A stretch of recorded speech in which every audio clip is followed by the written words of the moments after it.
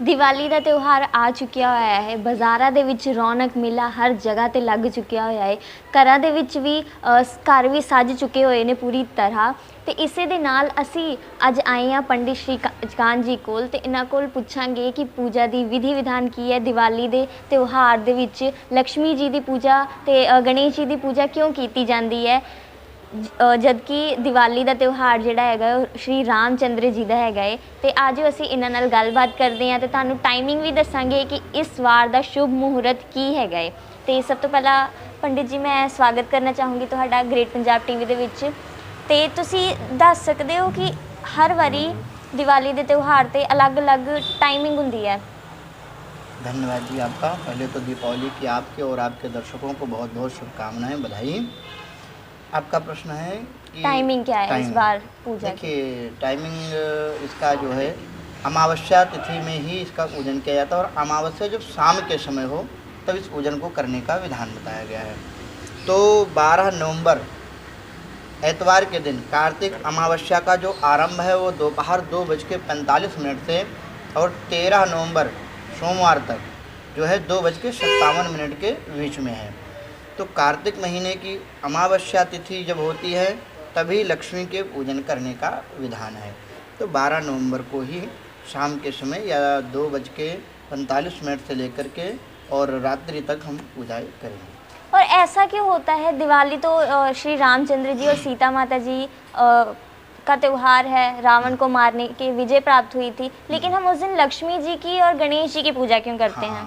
देखिए, एक तो पहली बात मैं आपके प्रश्न को ये कहूँ कि लक्ष्मी और गणेश में पूजन का जो शास्त्र का नियम है लक्ष्मी और नारायण का है, लेकिन लक्ष्मी गणेश का प्रचलित है। तो इसकी इतिहास ये है, इसका वर्णन यह है। अभी आपने धन्वंतरी अर्थात धनतेरस का पर्व मनाया है। तो समुद्र जब मंथन हुआ था तो आपने कथा में सुना होगा कि धन्वंतरी जी अमृत का कलश लेकर के निकले थे।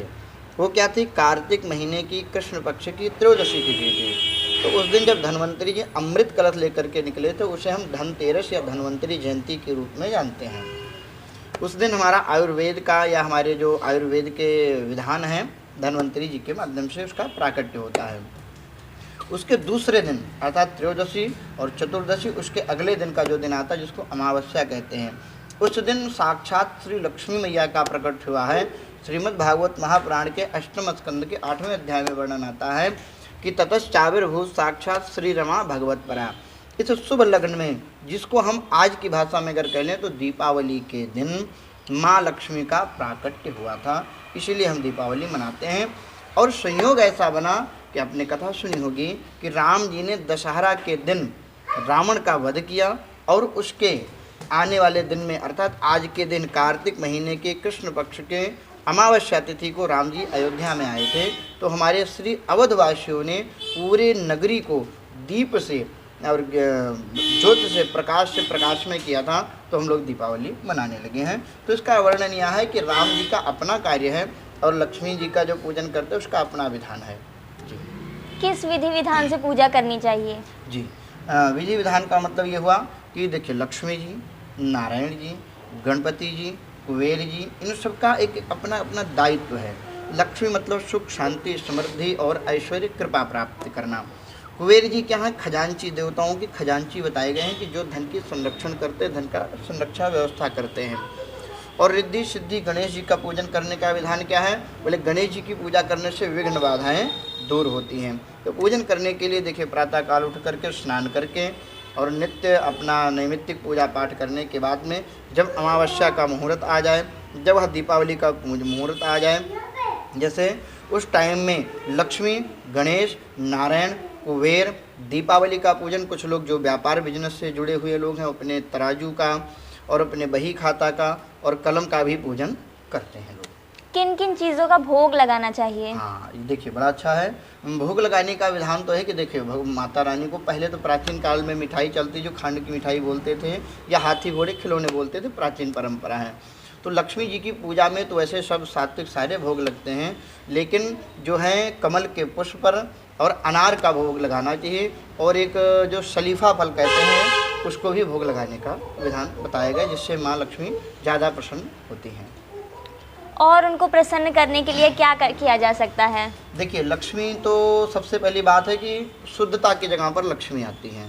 तो क्या होना चाहिए कि घर में साफ सफाई होना चाहिए, शुद्धता होना चाहिए और एक सुंदर हमें पाटा लेना चाहिए, उस पर लक्ष्मी नारायण भगवान को, गणेश जी को, कुबेर रिद्धि सिद्धि को विराजमान करवाना चाहिए। चाहे वह मूर्ति का स्वरूप हो सकता है, चाहे वह अष्टधातु का सोने चांदी की जैसी आपके पास प्रतिमा वह ले सकते हैं। और पूजन करने के लिए आप किसी योग्य ब्राह्मण को भी बुला सकते हैं या स्वयं अगर आपको ज्ञान है तो श्री सूक्तम के पाठ से और कमल के पुष्प इत्र को चढ़ा करके माँ लक्ष्मी को भोग लगाना चाहिए, पूजन करना चाहिए। और एक बात ध्यान रखिए, जो धान के लावे जिनको कहते हैं, कच्ची फूलियाँ, फीकी फूलियाँ जो आप लोग कहते हैं, उसको भी चढ़ाने का विधान है। और पंडित जी इस बार दिवाली में कुछ खास? देखिए, इस बार तो दीपावली तो वैसे तो खास हमेशा होती है, लेकिन इस बार का जो संयोग है कई वर्षों बाद बन रहा है। तो जो पूजन का मुहूर्त है, ग्रीन टाइम में मुहूर्त में पूजन किया जाएगा तो विशेष लाभ होता है, क्योंकि ग्रहों की नक्षत्र ज्योतिषीय गणना है वो तो बदलते रहते, परिवर्तित होते रहते हैं। लेकिन ऐसा कई वर्षों के बाद संयोग बन रहा है कि आज रविवार के दिन, जो रविवार के दिन दीपावली का आरंभ हो रहा है, शुभ नक्षत्रों के योग में, शुभ ग्रहों के लग्न में। तो इस बार दीपावली के दिन जो भी माँ लक्ष्मी की पूजा करेगा उसकी सारी मनोकामनाएं माँ लक्ष्मी पूर्ण करेंगी। सच्चे मन से अगर कोई पूजा उनकी करे तो किन किन प्रकार के लाभ प्राप्त हो सकते हैं? देखिए, लक्ष्मी से, क्योंकि आप लोग आरती गाते हैं कि तुम बिन यज्ञ न होते वस्त्र न कोई पाता, ओम जय लक्ष्मी माता। तो माँ लक्ष्मी की पूजा के बिना तो कोई कार्य हो ही नहीं सकता। हाँ, लक्ष्मी का मतलब केवल पैसा नहीं है, लक्ष्मी का मतलब क्या है? सुख, शांति, समृद्धि, प्रेम, भाईचारा, सद्भावना। तो लक्ष्मी के बिना हम कुछ कार्य नहीं कर सकते हैं, क्योंकि सारा कार्य क्या है? सुखी होने के लिए, प्रसन्न होने के लिए, घर में हमारी धन वैभव को प्राप्त करने के लिए। तो लक्ष्मी जी की पूजा करने से हमें तो नहीं लगता ऐसा कोई मनोकामना रहेगी जो अधूरी हो जाएगी। जहाँ लक्ष्मी जी आ गए वहाँ नारायण आ गए, वहाँ गणेश जी आ गए, रिद्धि सिद्धि कुबेर जी आ गए। तो सब कुछ, घर, मकान, दुकान, फैक्ट्री, बिजनेस, व्यापार, कुछ भी आप चाहते हैं सब कुछ, धन, पुत्र, परिवार, सब कुछ प्राप्त होता है। जी शुक्रिया पंडित जी, बहुत बहुत शुक्रिया।